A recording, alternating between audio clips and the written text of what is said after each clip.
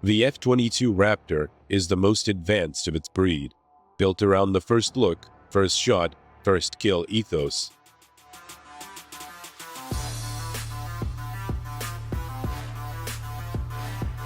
The Raptor is a killing machine, just like the name implies. It's even more deadly when it gets out there and does the job. Deadly and undetectable at long range, this breathtaking fifth-generation fighter blends unmatched dogfighting with precision strike ground attack capabilities. Confidence lies in the fact these goals are achievable as a result of synergistic combination of characteristics and capabilities, including low observables, also known as stealth, the ability to cruise at supersonic speeds, or supercruise, over long range and without the use of afterburners, and an integrated and highly sophisticated avionics unit. Additionally, the F-22A has been designed to be more maneuverable, better armed, more reliable, more easily maintained, more readily supportable, and more capable in the air-to-ground mission than any other comparable aircraft in history. Throughout the 1960s and 70s, the Soviets developed different missiles to attack in different altitude bands. You couldn't fly under the missile threat, you couldn't fly over the missile threat, you had to deal with the missile threat. One way to do that is to make suppression of enemy air defense, that is, destroying the missile sites in the radars, the most important mission for the Air Force. By the 1970s, air superiority had re-emerged as a top priority, and the U.S. Air Force committed to building its first pure air superiority fighter, an aircraft that would eventually become the F-15 Eagle. But just as the F-15s became operational in 1978, alarming new evidence suggested that the new fighter's superiority might only be temporary.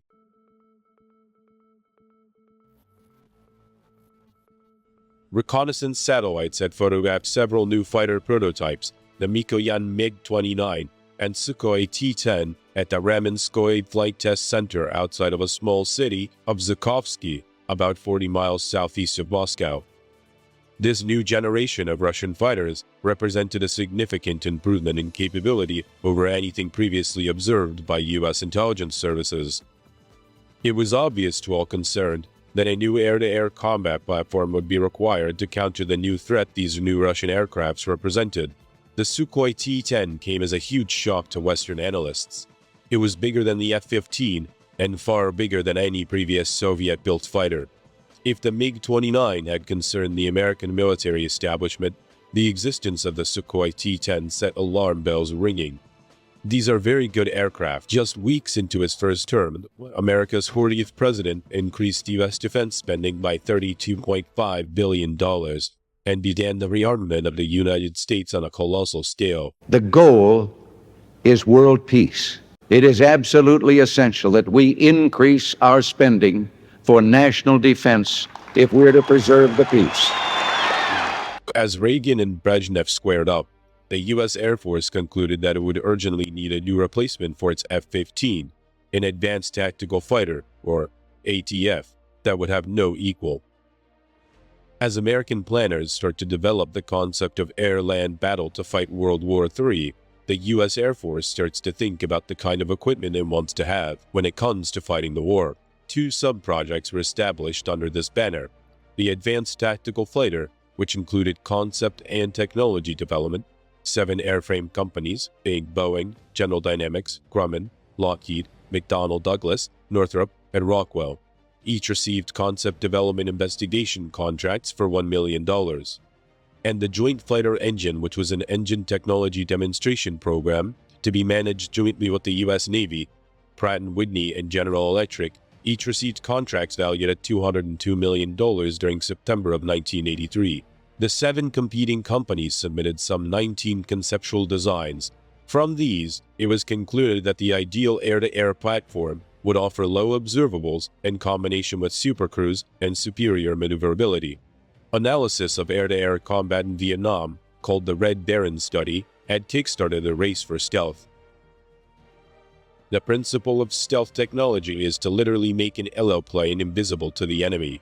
An aircraft's shape must reflect incoming radio waves away from the enemy radar, rather than towards it. To further increase low observable characteristics, An airplane is then covered in materials that absorb radar signals, further reducing its visibility on radar screens. Leading the way in stealth technology was Lockheed's Skunk Works division. In 1977, amid unprecedented security, Lockheed had flown a prototype of the world's first stealth fighter.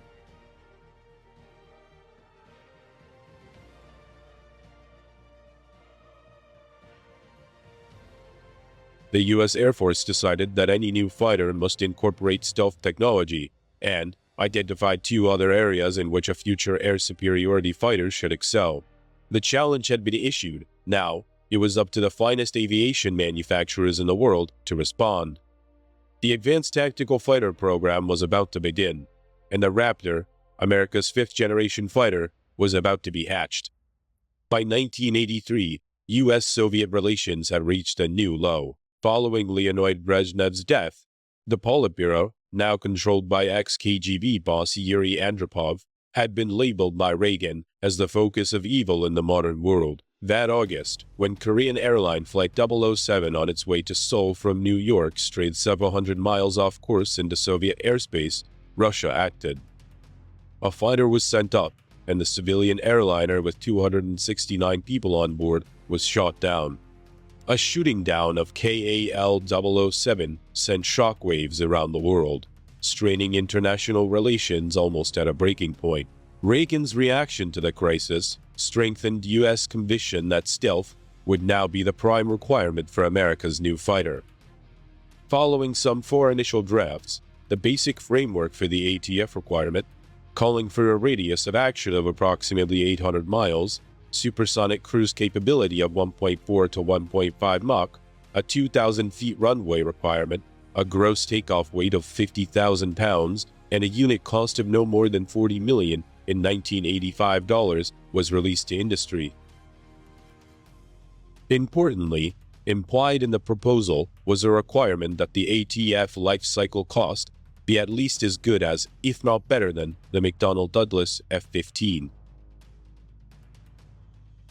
It was concluded that Lockheed and Northrop's submissions were superior to those of Boeing, General Dynamics, and McDonnell Douglas.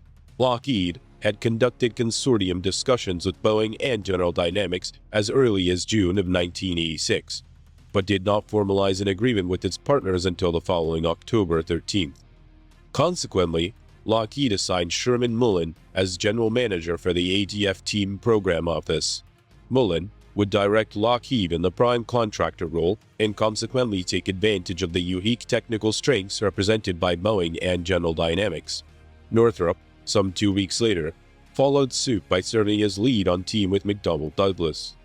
Thus, by default, the two consortia were selected on October 31, 1986, to build two prototypes, each to complete in revised demonstration and validation phase.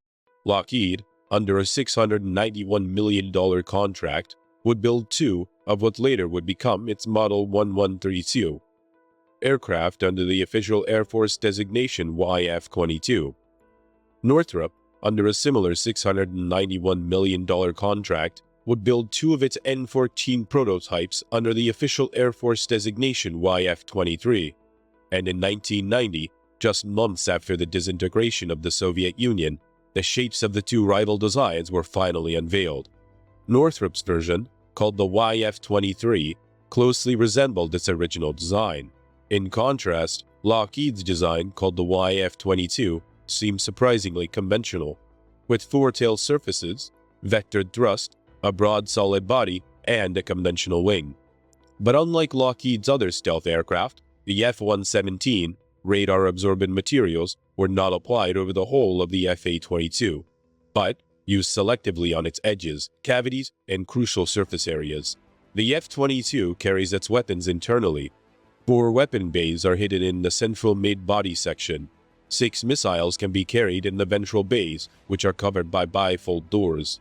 The side bays will each hold 1 Sidewinder missile, carried on a trapeze launcher. The mid-body section also houses the fighter's landing gear and complex inlet ducts. Attached to the mid-body is the forebody, which accommodates the cockpit and advanced avionics. Both the YF-23 and the YF-22 are impressive-looking machines. but their performance still needs to be tested. The most crucial stage of the competition is still to come, the flight testing. Northrop was first in the air. In August 1990, flown by Paul Metz, the YF-23 got airborne. The test was a huge success.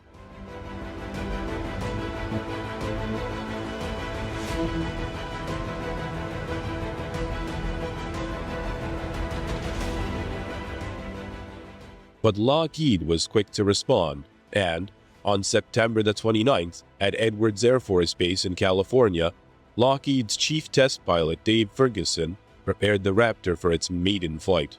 Over the next 3 months, the Raptor underwent a whole series of tests. The Air Force required both teams to give them performance projections, and they were actually going to compare that with what the planes actually did in flight subsonic and supersonic at different altitudes and so forth. The winner of this stage would earn a contract for 650 aircraft. The decision would hinge not just on what the contractors promised, but on the Air Force's confidence in their ability to deliver. During flight testing, the Raptor had beaten Northrop's YF-23 in a number of crucial performance areas. The YF-22 had clearly shown that in every category it was far superior to any existing fighter. The Air Force was very impressed by what Lockheed had done, but their flight test program was very aggressive. They flew hard and fast. They flew many more hours and sorties than Northrop did, and all of that gave the Air Force confidence that they knew what they were doing, and they could build a superior plane. But it would be events in 1991 that would carve out the Raptor's future. 22 minutes after midnight on January the 17th, 1991, Lockheed's stealth F-117 spearheaded U.S. strikes against Saddam Hussein's regime. The performance of Lockheed's stealth bombers during Operation Desert Storm would give the company and its aircraft some priceless publicity. The F-15, the aircraft destined to be replaced by the ATF, had emphatically confirmed its status as the foremost air superiority fighter in the world. Now, it appeared that the need for an advanced stealth fighter, the F-22, might be totally unfounded. But not everyone agrees. By April 1991, bogged down by the F-15 debate, the U.S. Air Force prepares to announce the winner of the Advanced Tactical Fighter contract. But would the Raptor be able to emerge from the controversy unscathed? After the Dem-Val flight test of the prototypes, Secretary of the USAF Donald Rice announced the Lockheed team and Pratt & Whitney as the winners of the ATF and engine competitions. The YF-23 design was considered stealthier and faster, while the YF-22, with its thrust-vectoring nozzles, was more maneuverable as well as less expensive and risky. Having won the contract, Lockheed announced that it intended to locate the F-22's headquarters in Georgia, where the Raptor's forward fuselage would be built. General Dynamics were to build the F-22's mid-body section in Fort Worth, Texas, and Boeing would manufacture the wings and tail in Seattle, Washington. Follow-on work using this aircraft took place at the Edwards Air Force Base. It was to consist of an additional 100 hours of flying time, or approximately 25 flights, to expand the YF-22A's flight envelope and explore select envelope segments in greater detail. But on April 25, 1992, the program hit its first major snag. During preliminary testing, the unthinkable happened. A YF-22 flown by Tom Morganfield crashed just after takeoff. The aircraft hit the runway with the landing gear up and slid approximately 8,000 feet and caught fire.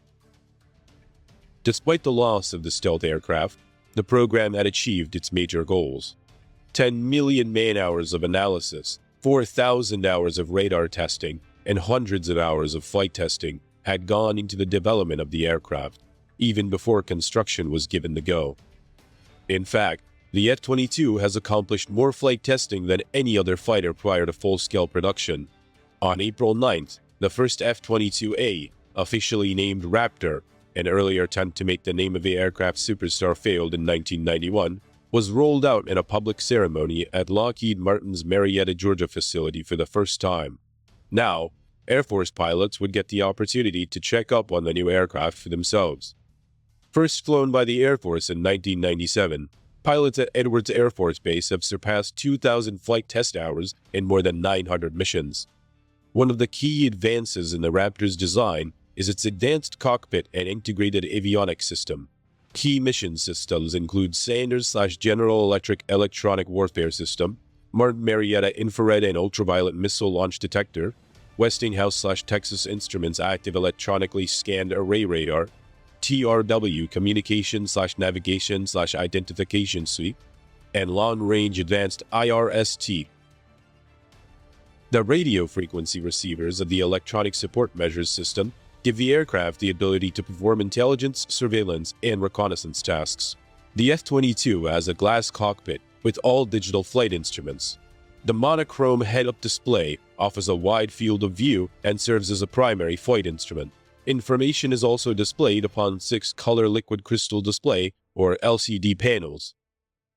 This airplane displays information to you. It gives you knowledge of the battle space. It's all about seeing what's out there in front of you and being able to make the right decisions about what to engage and when to engage it. The ejection seat is a version of the ACES-2, commonly used in USAF aircraft, with a center-mounted ejection control. The Raptor carries a formidable array of ordnance.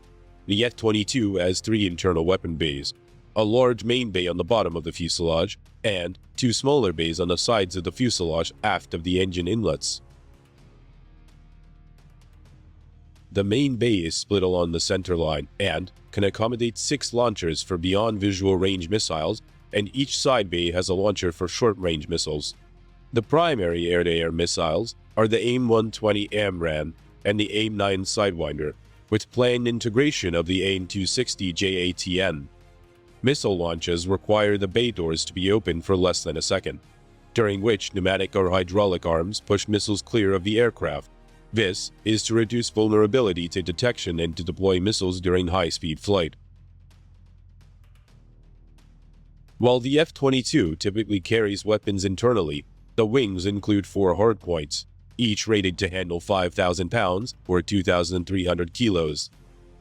Each hardpoint can accommodate a pylon that can carry a detachable 600-gallon or 2,270-liter external fuel tank for a launcher holding 2 air-to-air missiles. And to complement the Raptor's armament of 8 missiles, the fighter also has a gun. An internally mounted M61A2 Vulcan 20mm rotary cannon is embedded in the airplane's right-wing root, with the muzzle covered by a retractable door. The radar projection of the cannon's fire path is displayed on the pilot's head-up display. But since Desert Storm, critics of the F-22 program claim that the F-15 Eagle, destined to be replaced by the Raptor, already had the attributes necessary to remain the world's preeminent air superiority fighter. In March 2003, supporters of the F-15 got the opportunity to see whether or not the Eagle was still the best fighter in the sky. 5 F-15s would go head-to-head with a single Raptor. Although no missiles would be used during the exercise, the sorties would closely resemble actual combat. No quarter would be given by either side. This was a kill or be killed exercise. All 5 F-15s are flown by experienced F-22 pilots. One by one, the Raptor brings them down. In combat testing with F-15s, the F-22 Raptor has emphatically proven its doubters wrong. In December 2005, the U.S. Air Force announced that the F-22 had achieved initial operational capability. During exercise Northern Edge in Alaska in June 2006, in simulated combat exercises, 12 F-22s downed 108 adversaries with no losses. In the exercises, the F-22 amassed 241 kills against 2 losses in air-to-air combat, with neither loss being an F-22. The F-22 cannot be exported under U.S. federal law to protect its stealth technology and classified features. Customers for U.S. fighters are acquiring earlier designs such as the F-15 Eagle and F-16 Fighting Falcon, or the newer F-35 Lightning II, which contains technology from the F-22, but was designed to be cheaper, more flexible, and available for export. The USAF had originally planned to buy a total of 750 ATFs. In 2009, the program was cut to 187 operational aircraft due to high costs, a lack of air-to-air missions due to the focus on counterinsurgency operations at the time of production, a ban on exports, and development of the more affordable and versatile F-35, with the last F-22 delivered in 2012. America's F-22 Raptor was created out of the Cold War fear that the Russian-made fighters would sweep aside the F-15s. The United States Air Force is the only operator of the F-22. As of August 2022, it has 183 aircraft in its inventory. In today's changing world, there are few certainties, but the rule of the Raptor, America's air dominance fighter of the skies, is one of them.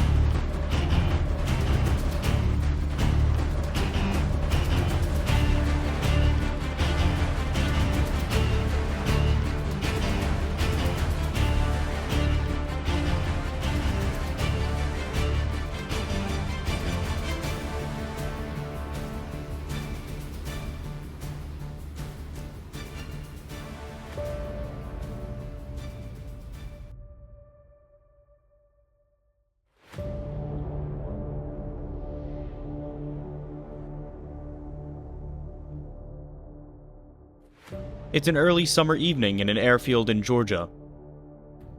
The tension as palpable as the humidity. A new plane is scheduled to make its first flight tomorrow, and things have to go well. The F-22 Raptor is a fighter for the next century.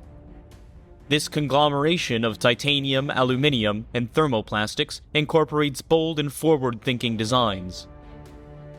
It possesses speed, stealth, and flight control systems designed to give its pilot overwhelming superiority against the current and future enemy weapon systems.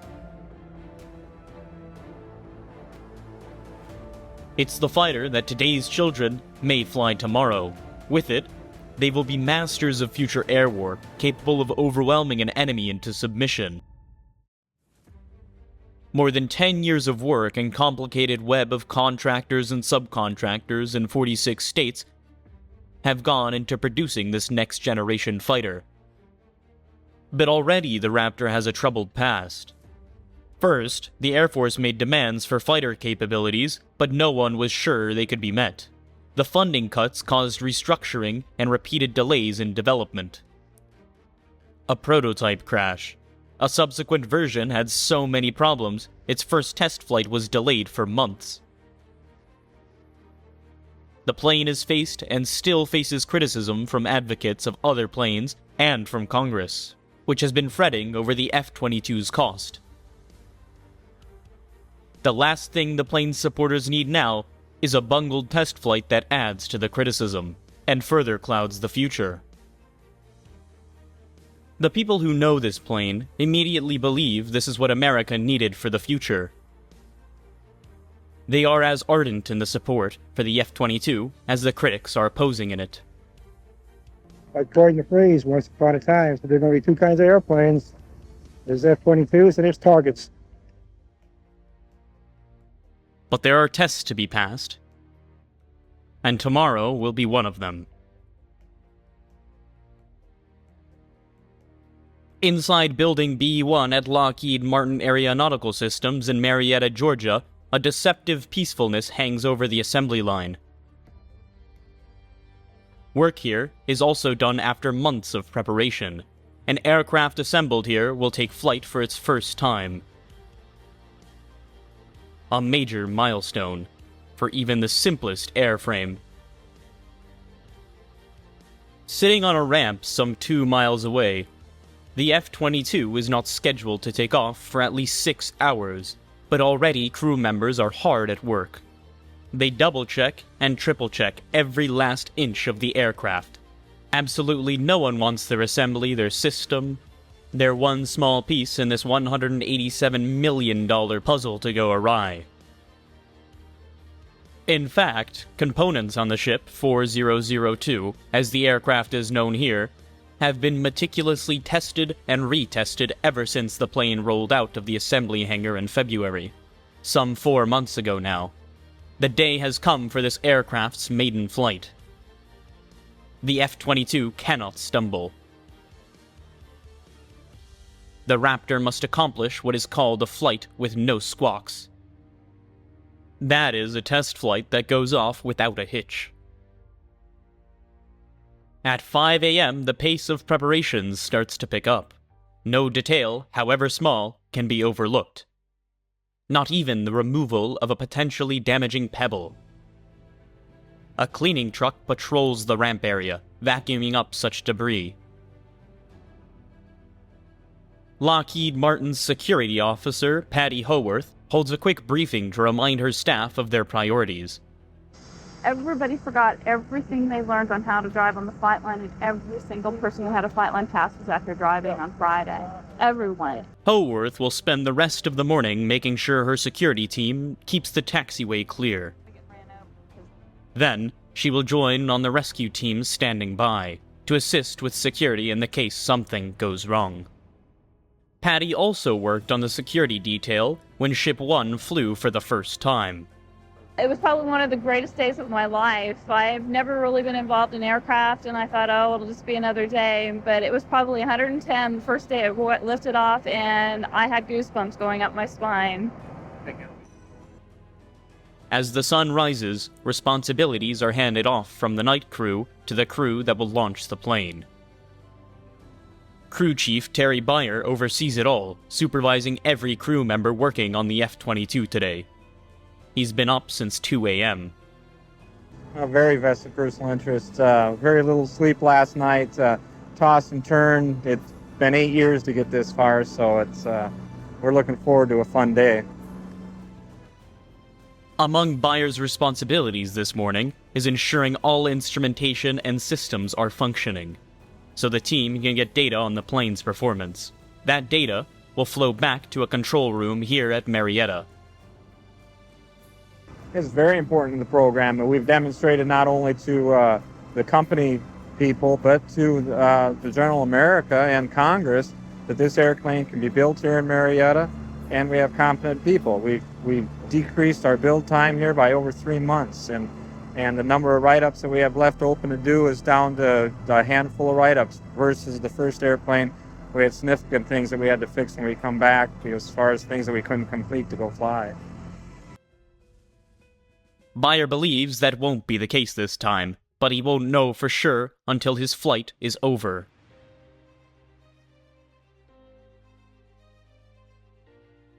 The man with the best vantage point to compare Ship 1 and Ship 2 is test pilot Paul Metz. Metz, who flew Raptor 1 on its first flight, is a former U.S. Air Force fighter pilot with more than 7,000 hours flight time and more than 33 years of experience. He's been the chief test pilot for the F-22 program since 1992. How dangerous is my job? They don't sell insurance too readily to us for this job, but quite frankly, the job has become much safer and much more controlled. If you look back to the early days of flight test, there were a great number of losses of life in aircraft. We're actually able to use simulators today to predict very, very well what we're going to see. After several flights in the first F-22, Metz thinks the aircraft will endure itself to future pilots in a number of ways. From the simple things like amazingly soft landings and the ability to feel really good about yourself when you come back from a flight in terms of your ability to fly it, to extreme maneuverability, to cockpit displays and information that are beyond the realm of the current fighter pilot to envision, and the ability to sneak around in space without people seeing you. All of these things together make for a tremendous package, and the fighter pilots of the future are going to point to the F-22 as their favorite. I'm sure of that. On the ramp, the ground crew continues working. Byers is already pacing. Dan Stevens is the senior avionics technician for the F-22 program. He's responsible for the computers and other electronics on the aircraft to make sure they are functioning and ready when the pilot gets into the cockpit. Backing him up are a team of experts for every computer on the plane. We actually have IPT engineers that are ready for their systems as they develop problems and answer any questions. If I have a question, that I know who to go to. We have experts on every component on the aircraft. The F-22's pioneering electronics are perhaps the crew's biggest source of worry. They've undergone extensive testing, and Stephen believes most of the problems have been ironed out. But until this plane executes a flawless flight, Stevens won't be able to relax. All of us are putting quite a bit of effort into it to see that it makes its goals, and especially this flight this morning. We're very proud of this aircraft, and we know it's going to take us through this millennium and beyond. The pride comes from long hours. Flight test engineer Hal Wyeth has been on the ramp since 3:30 a.m. Well, I broke a little sweat, but we're doing real good. His team has actually been running final checks since last night. But for Wyeth and his crew, the payoff will come the same way it did with Ship 1, with a successful flight. Wyeth recalls how he felt watching the flight of the first F-22. When he actually rotated and broke ground, it was a great feeling after all the effort that's been put in by so many people. You get a little lump in your heart, that kind of thing. Today, however, the emotions may run deepest for this man. Vincent Davino is the team leader for airworthiness and delivery crew.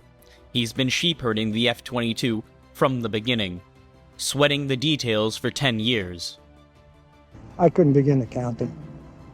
You're looking at everything here from the airplane readiness, fueling, security of the ramp, making sure you have the right number of people and the right skills aboard. There's quite a few things that go into saying the airplane's ready for flight. But this will be the last time Davino has to officially worry about a flight. After 4 decades in the business, he's retiring. Into failed or delayed test flights is not how he wants to end his career. A lot of emotion that goes along with it. There's a lot of time and 42 years of experience in this business about to come to a close here. As it sits on the map this morning, the Raptor is just a couple of miles from where it was assembled, but Ship 2 is years removed from its birth, and in terms of technology, light years beyond its ancestors. The impetus for the F-22 began in 1981, when the Air Force announced that it needed a new air superiority fighter. Fighters such as the French Rafale, the Eurofighter Typhoon, and new generations of Russian Sukhoi and MiG have steadily reached parity with, and in some cases surpassed, the F-15. Additionally, Russian-made SA-10 and SA-12 air defense missiles could shoot down an F-15. They were for sale to any country with enough money to buy them. So the Air Force began looking for a new fighter that, once again, would allow the US to leapfrog the lethal competition. The F-22 is going to help us own the skies, and owning the skies is what will allow us to dominate future battlefields in a way that will enable every other part of our military force, whether it be forces on the ground, at sea, or in the air. Owning the sky makes everything else work. The new fighter would need the classic ingredients of air superiority: speed and agility, comprehensive situational awareness, the ability to shoot before being seen, and the ability to elude ground threats. But the Air Force decided it wanted to look far into the future, to a fighter that would be superior starting in 2004, and dominate at least 25 years beyond that. That meant a huge leap into the next millennium for the aircraft designers. They would have to predict future enemy capabilities and concoct a fighter that could respond with overwhelming superiority. But asking manufacturers to look that far ahead was like asking designers at the P-51 to foresee the impact of jet propulsion and predict the development of the F-4 Phantom 25 years later. Design teams look for the 1980s equivalent of the development of jet propulsion. They found it in the computer. By 1986, a profound shift away from massive mainframe computers had begun with the miniaturization of electronics that opened new possibilities for design of the fighter for the next millennium. Under development at the time was stealth technology. Stealth modifies a plane's physical characteristics, primarily its external surfaces and heat signatures, to reduce its radar profile. The Air Force had already begun huge leaps in stealth with its F-117 fighter and B-2 bomber. Strategists have called for such an aircraft as the need and development for small expeditional forces to respond to regional conflicts around the globe.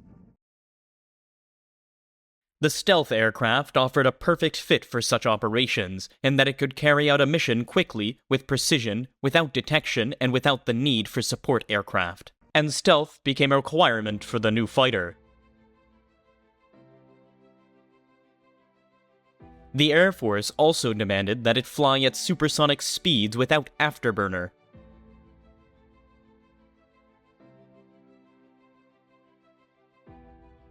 Designers, mindful of the requirement for domination in the next century, also proposed a fighter that used easily upgradable computers. The computers would provide the pilots seamless situational information. Get on top of it, and it's coming back downhill.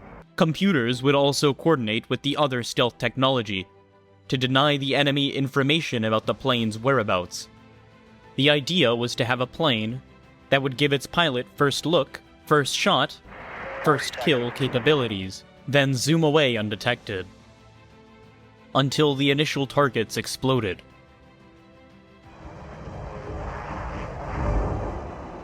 A third consideration arose from Congress.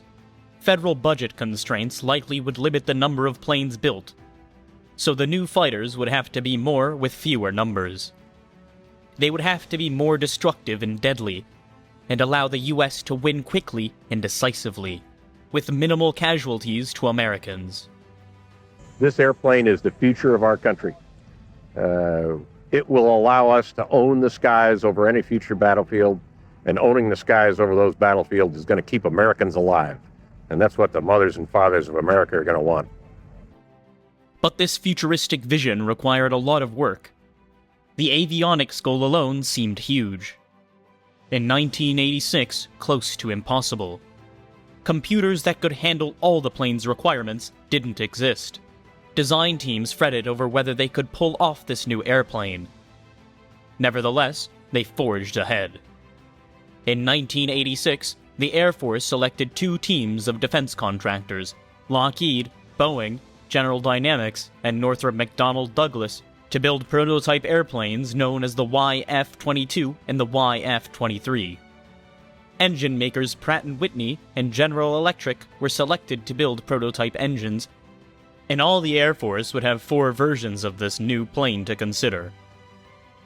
The prototypes materialized and began test flights in 1990.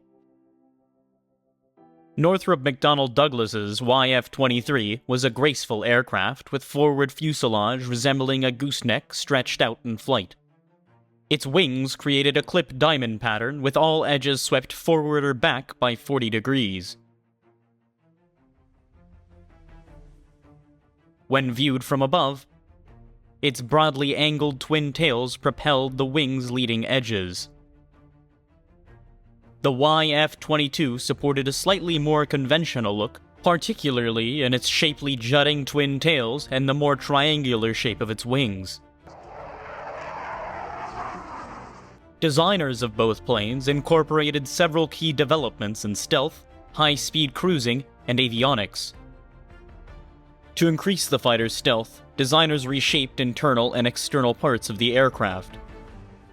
They changed how they treated its external surfaces through coating and irregular shapes. Designers also manipulated the plane's heat emissions to mask the fighters from infrared or heat-seeking detectors. The engine makers helped by reducing the need for afterburner to go supersonic. Also modified were the fighter's noises and colors to make it harder to detect by sonar and by the human eye.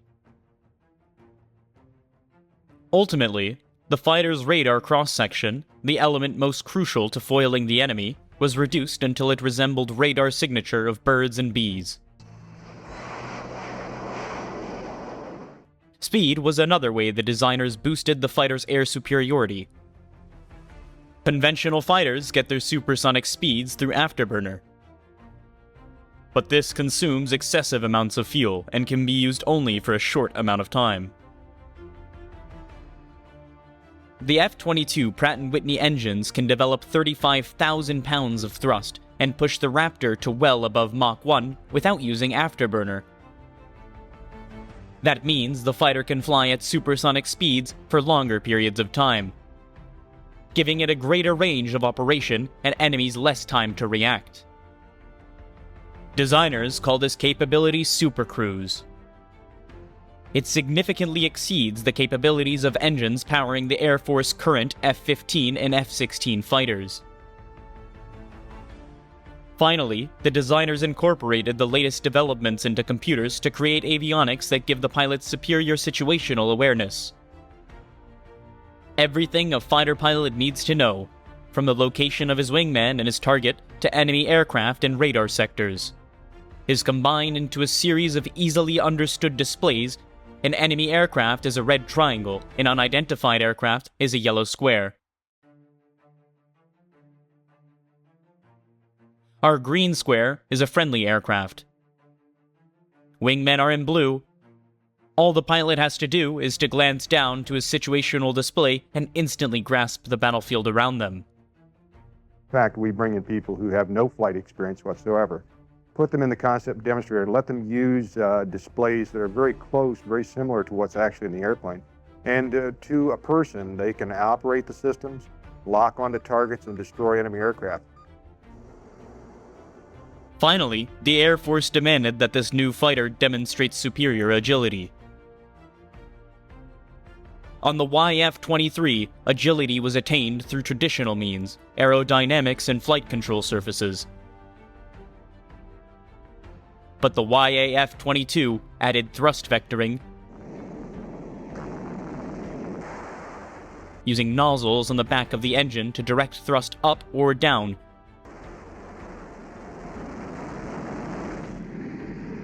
With thrust vectoring, the YF-22 achieved a record high angle of attack, 60 degrees, an angle that would stall most other aircraft. I now announce In April 1991, U.S. Air Force Secretary Dr. Donald Rice announced that the YF-22 with its Pratt & Whitney F-119 engines would be the design for its future advanced tactical fighter, citing better capabilities and lower costs. The Air Force awarded the winning team a $9.5 billion contract. While design work began on the newly dubbed F-22, the Air Force continued test flights on the YF version. On April 22, 1992, while returning to Edwards Air Force Base in California, the YF-22 began oscillating severely, 40 feet above the runway. Pilot was unable to regain control.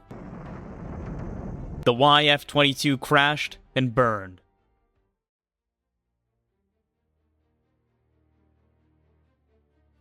The Air Force's prototype YF-22 aircraft crashed April 25th at Edwards Air Force Base as the pilot was completing a practice approach over the runway. The investigation into the crash of the YF-22 tied it to the thrust vectors. They had been left on during the landing and contributed to the oscillation as the pilot moved that control stick.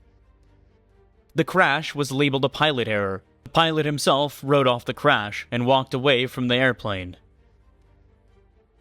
F-22 Chief Test Pilot Paul Metz joined the F-22 program shortly afterwards.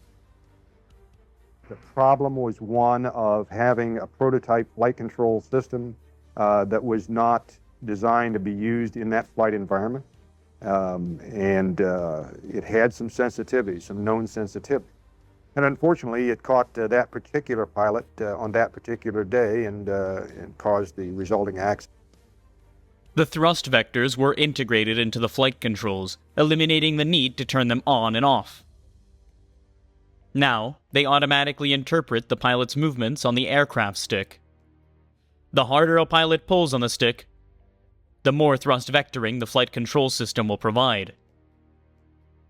All of those commands from the pilot go through a computer, and the computer then manipulates or modulates those control surfaces depending on the flight conditions.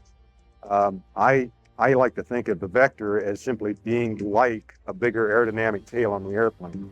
They make the airplane move and pitch, and the pilot has no idea that part of that pitch is from the engines, part of the pitch for the horizontal tail. It's all transparent to you.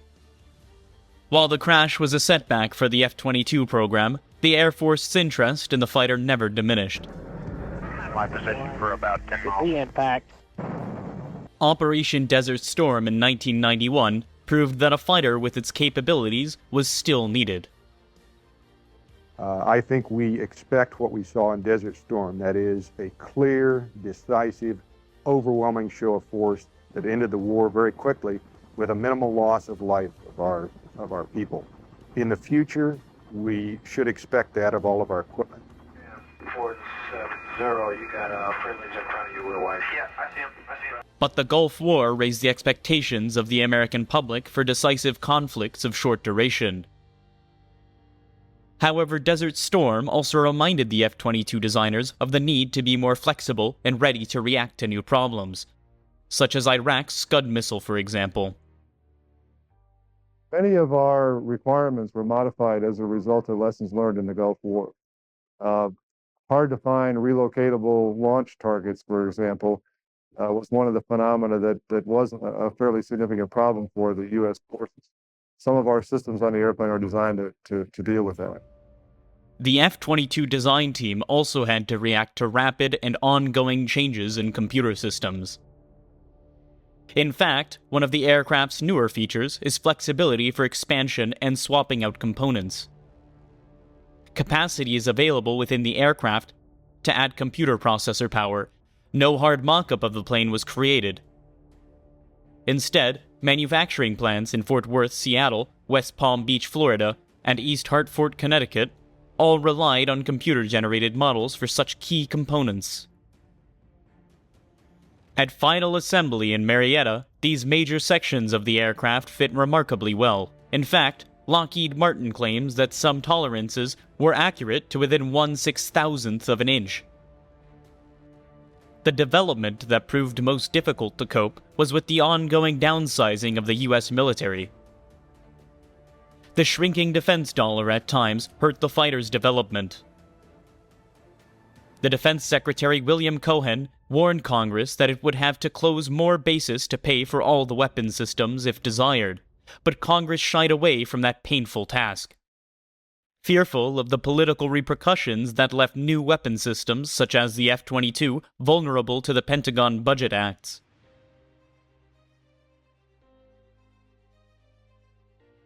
Against this backdrop of uncertain federal support, Lockheed Martin unveiled within fanfare its first F-22. On April 9, 1997, the company announced that this aircraft would take its first flight by the end of the following month. But that first F-22 stumbled badly out of the gate.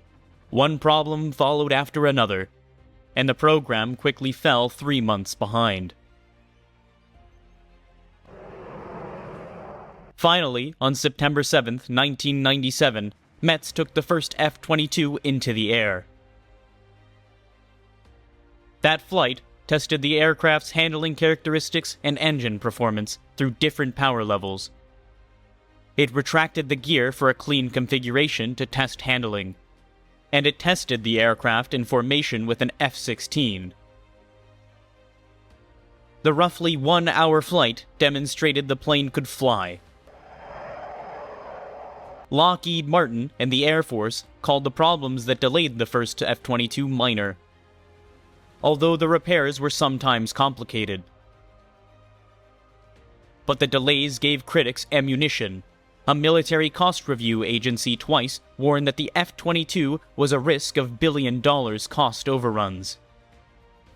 Congress complained too many technical problems, and too few test flights. Senators warned that this $187 million plane might be stuck dead if its price per copy kept climbing. The F-22 supporters responded by reminding Congress the fighter was far from a conventional aircraft. Thus, its cost and development were unpredictable. In my personal opinion, this program has had an unprecedented focus on cost and cost control. We have been what's termed a cost reimbursable contract, principally because we're busting the frontiers of many new technologies on this program, and you can't very accurately predict where that's going to lead you as you bring these technologies online. If you look at this program in terms of its complexity from any historical measure, we believe we're going to deliver the airplane about 25% under what many outside experts think it should cost. So that's rather revolutionary in its own. Haunted by criticism, this team at Lockheed Martin in Georgia redoubled its efforts. They have succeeded in getting the second F-22 ready for its test flight, a full 9 days ahead of schedule. But being ready is not the full measure of success, and the pressure for a perfect flight only increased. At 9 a.m., everyone who works on the F-22 flight line, from engineers to stockroom clerks, stops what they are doing and heads out to the runway. We're doing a FOD walk this morning, and FOD is foreign object damage. Any item, a pebble, a rock, any MSP item that might happen to be on the runway could damage the engine. And we are out here this morning to prevent that from happening.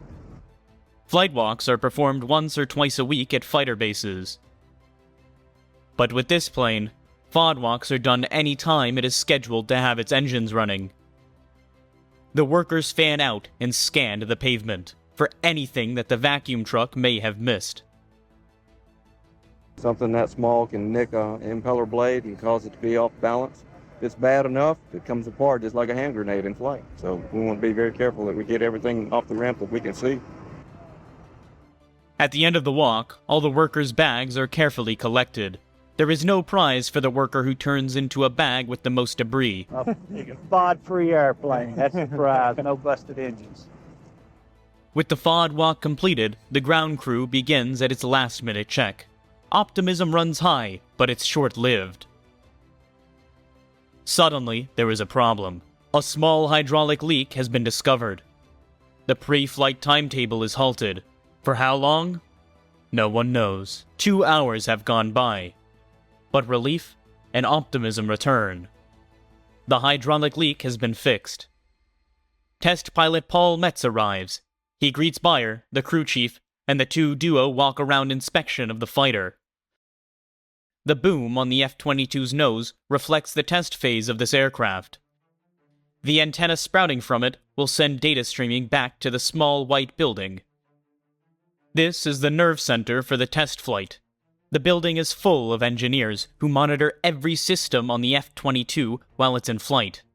The ground crew conducts another FOD walk. It's now 11 a.m., and an anxious crowd of Lockheed employees and curious reporters have gathered to watch this F-22 make its first leap skyward. Metz climbs into the cockpit. Bayer assists him in buckling up. Starting an F-22 is almost as easy as starting an antique car. Early designs required the pilot to complete 17 steps. But for all its complexity, this F-22 asked him to do just 3 things. Turn the battery on, push the auxiliary power, switch to start, and move both throttles to idle. The airplane's actually very simple to operate. It only takes a few switches to get it started. And once we get it started, we have to go through a number of checks with the airplane to get it ready for flight. Bayer signals to Metz to bring up the power. Metz talks to both the tower and the control room. Running through more checklists on the ground, Bayer, the crew chief, listens in, and paces some more. Now, the plane is ready for its initial move or roll check. Metz eases the jet half-roll forward and taps the brakes. Bayer now begins signaling to Metz to head toward the runway. As he rolls out, Metz is engaged in a constant conversation with the control room, running checks for all his systems. He also talks to the pilot of the F-16 chase plane to coordinate takeoff and rendezvous. Metz taxis forward toward the runway, testing his rudder, closing down his engine nozzles. He stops again for what is called the last chance inspection. Bayer gives him a thumbs up and hands them over to the tower. The aircraft rolls to the head of the runway and prepares for takeoff. It is now 11:30 a.m. The chase plane heads out. The F-16 will be Metz's eyes outside of the plane, looking for problems, visually verifying all aspects of the test flight. Now, the moment has come. All the months of effort boiled down to a single motion of the left hand. Metz eases the throttle forward and adds power to the engines.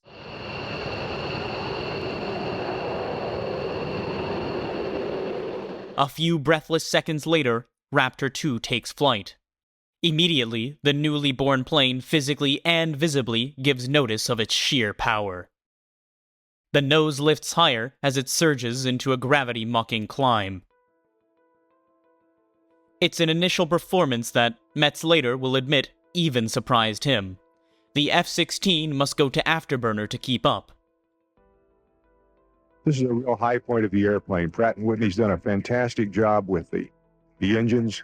They operate very, very smoothly with almost no vibration. You can tell no difference between idle and military power. For all its excitement, the takeoff was not the culmination of today's effort. It was merely a beginning. There is a flight plan to be followed and tests to be done. According to that flight plan, Metz will fly a triangular route over Georgia. He will head north to Jasper, 40 miles away. Then turn west for a 46-mile leg. Then turn south and return to Dobbins and Marietta. After the initial climb, the F-22 slows to 200 knots and levels off. The gear stays down for the first test phase. While he cruises, Metz and the engineers run through checks of the aircraft systems, making sure all are working. Once everyone is convinced the plane is functioning correctly, it is time to check flight control systems. Time to make the Raptor move a little. The ailerons, the rudders, the thrust factors. As something moves, data goes streaming back to the white control building. Here we're seeing some control motions with the rudder. Again, just relatively gentle maneuvers to see if the airplane responds just as predicted in the simulations. And it did. Now Metz brings the throttle forward again. The added power pushes the aircraft to 225 knots, and quickly, the two climb to 20,000 feet. Now comes a critical step. The landing gear is tested. It retracts smoothly and is lowered again. Then raised for good. Putting the gear up represents an act of faith that it'll come back down. The first phase of the test flight is complete. It has not only gone smoothly, it has been perfect. Bring the gear up and take a look at the characteristics of the airplane and what we call a clean configuration. Landing gear comes up, and once it does, the airplane is very, very smooth. There's absolutely no buffet, and characteristics are excellent. Everything done with the gear down is now repeated. Checking how the F-22 handles, how the engines respond.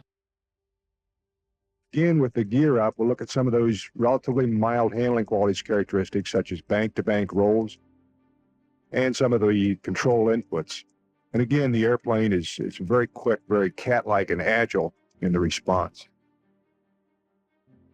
40 minutes into flight, another milestone test. Metz and the F-16 show the F-22's ability to fly in formation. And we use the cameraman as a director in this case to help me make relatively rapid and quick changes in position while flying the wing of the F-16 here. Finally, nearly an hour later, the test flights are over. There's just one thing left to do. Coming in close to final, the airplane floats very nicely, can be flared, and touches down very softly. As they land, Metz holds up Raptor's nose to help slow the plane. Once on the ground, we hold the nose up for aero braking to bleed off some airspeed. I deployed the speed brakes just as the nose came down for touchdown. That also helps dissipate the airspeed. With about 5,000 feet of runway remaining, brakes are applied, bringing the F-22 down to a fairly slow speed to finish the rollout. Handling characteristics in the landing phase are really delight. It'll make any pilot feel proud to bring the airplane back and land it. It's a very easy airplane to land.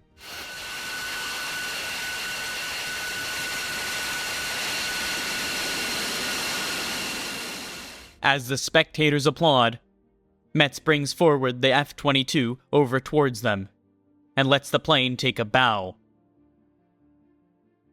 These are the folks that are really responsible for getting me in the air. And there are thousands of people, not only in Marietta, but Seattle, Fort Worth, Pratt & Whitney, and the suppliers around the United States, and in fact around the world, that struggled for a long time to put this airplane together. Back at the ramp, the ground crew cheers. Metz leaves the cockpit. There are handshakes and photos all around for a successful test flight. It was by the book. The flight profile was flown exactly as we had planned it out, and absolutely no anomalies on the airplane. It's ready to go again. Don't have a squawk on either the instrumentation or the airframe itself. Anything unexpected, either good or bad? Well, you probably saw it on the climb out here. We rotated up to the climb at about 3/4 field and really rocketed on up there. And both myself and the chase pilot both remarked that was a lot spiffier performance than we saw with number one. And I can't explain it because it's a hotter day, but it really went upstairs today. With the plane safely back on the ramp, Bayer can finally stop pacing. Well, I guess a lot of things go through your mind. I mean, you think about fuel, you think about electrical power, but mainly is great feeling jumping off, and made a few bets with the ground crew of how bad the airborne pickup would be. But Colonel Rainey hit it pretty good. He was right with him. Elation is pervasive among the ground crew. Fantastic. Got this airplane in the air early, got it back, no squawks on it, perfect.